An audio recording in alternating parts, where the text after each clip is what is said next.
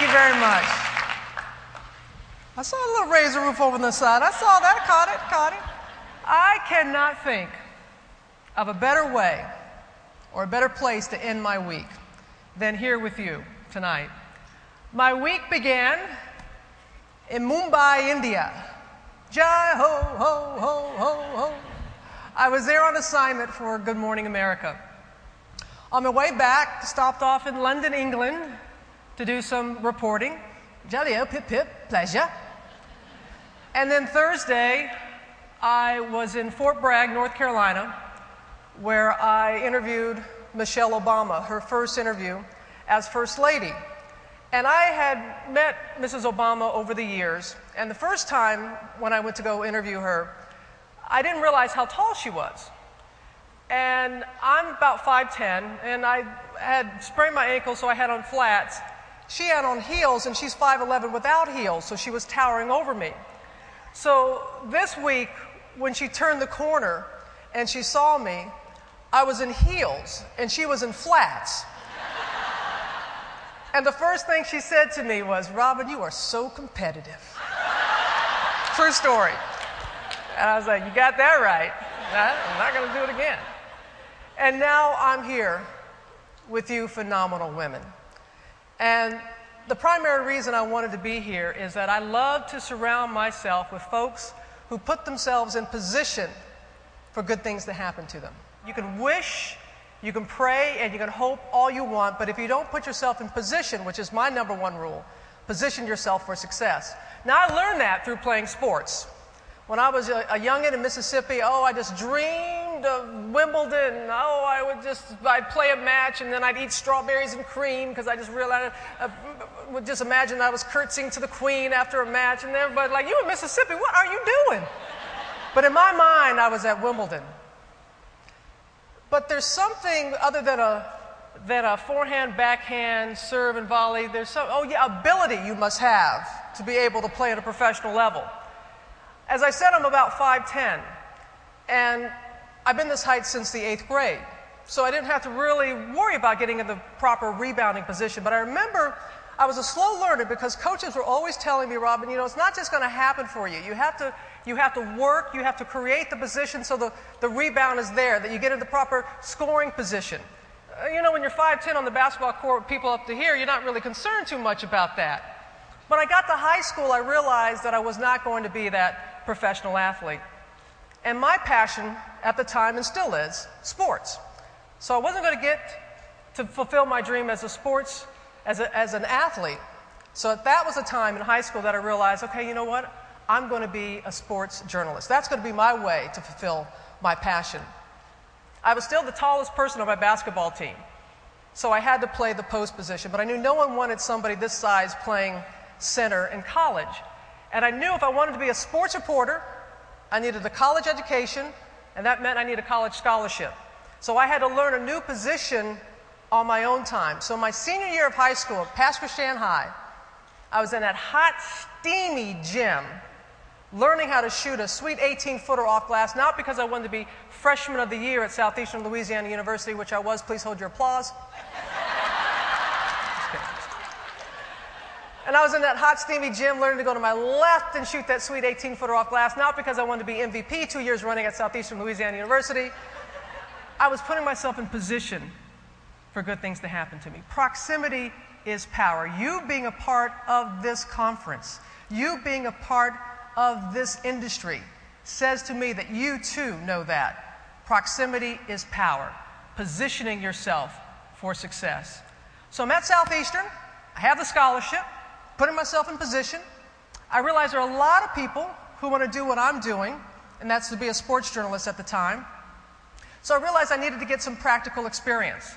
So I went to the local radio station in Hammond, Louisiana, and I said, can I be your sports director? I need to get some experience because, I got these big dreams and everything. And they were like, "Well, we understand you play in the basketball team. You do well. We know you're a communications major.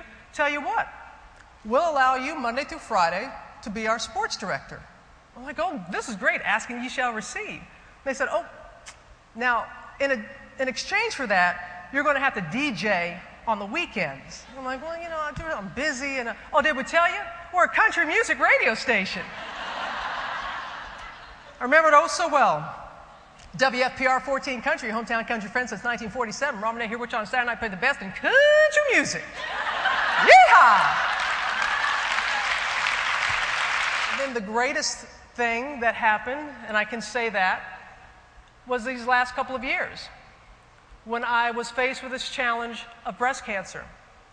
And I was able to use a very public forum to bring you along on the ride and the journey and to demystify some of the things that people feel when you get that dreaded diagnosis of cancer. And even during the course of the battle, I was able to travel with Mrs. Bush to the Middle East with Hala and the Komen Foundation to bring attention again to what was going on and the need for people to be proactive about their own health. And these are things that I never would have done had I not been willing to venture outside of my comfort zone. And so when you're faced with those challenges, you have no idea what is going to be down the road, what lies ahead of you. One of the greatest things that I felt that I did during the course of showing people about chemotherapy and that, did you see the fashion show that I did with Isaac Mizrahi when I was wearing the red dress?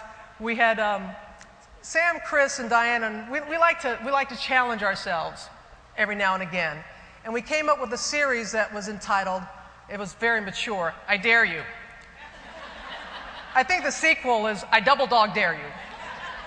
But it was I Dare You. I dare you to do something that you wouldn't normally do. And so I am not very comfortable with fashion, though I had fun on the red carpet a couple of weeks ago. That was a hoot. But I'm not really comfortable in that. And it was right after I had completed chemotherapy.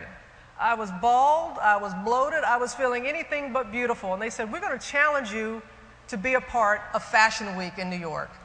And I said, all right, I'll do it. So Isaac Mizrahi was kind enough to allow me to be a part of the fashion show. Now I show up, and it's bad enough that the woman that's going to be walking out the catwalk in front of me, she won, what's that Tyra Banks, Next Model, America's Next Top? She won that. She about this big around. Gravity hadn't set in. She was all tight everywhere, you know. And then there's me. And so Isaac put me in a beautiful red dress and all, and I had my little trusty wig on, my little anchor hair. That's what I called my little anchor hair. I was feeling all good with myself, made sure it was on tight and on right. And we were about to come out, so all during the show, I had on the, leading up to it, to the actual fashion show. So I'm off to the side, and you all can't see me, and no one can see me. And there's a mirror there. And I'm looking at the mirror, and I'm going, no. And I took my wig off. I turned the corner and went down the catwalk. My little head was big bopping down, and just said that this is what I wanted to do for the many survivors, the many people who have walked this path that I have walked. Thank you. My rules have been put yourself in position for good things to happen to you. Dream big, focus small. If at first you don't succeed, dive in a window if you have to. Kick that sucker in, do la hayah, whatever it is that you have to do. Never play the race, gender, or any other card. Never.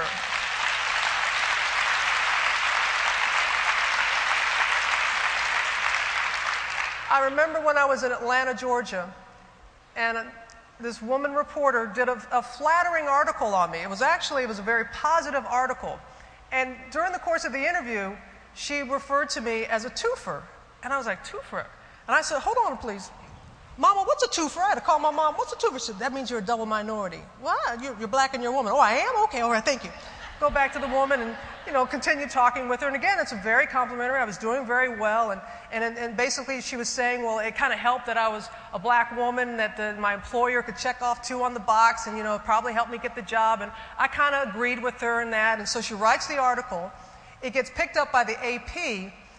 My brother-in-law in New Orleans read the article, and boy, did he lay into me. He said, "You know how hard you have worked. No one gave you anything. If other people want to feel that way, want to say that, that's fine, but don't let me ever hear you buy into it." And that's what I say to you as well. You are here because you have earned the right to be here. This industry realizes the potential that you have. And so always have the confidence in yourself in knowing why you are here and doing what you're doing. Continuing on with a couple more of my rules, as I said, focus on the solution, not the problem, and keep faith, family, and friends close to your heart. My 8th message from this past year was make your mess your message. That's what I try to do with my cancer battle. Make your mess your message. We all have something. We all have something that we're battling. We all have something that we're trying to get through. Make that your message. Make that your message. You have your own personal formula for success. I know that you read and you're here with the other dynamic women that are going to be on this stage and during the part of this conference. Be a sponge. Soak it all up and share the knowledge that you have and share among one another. I was at a WNBA luncheon when Madeleine Albright got up and she said, these aren't my words, these are Madeleine Albright's words. She said, "There's a special place in hell for women who don't help women."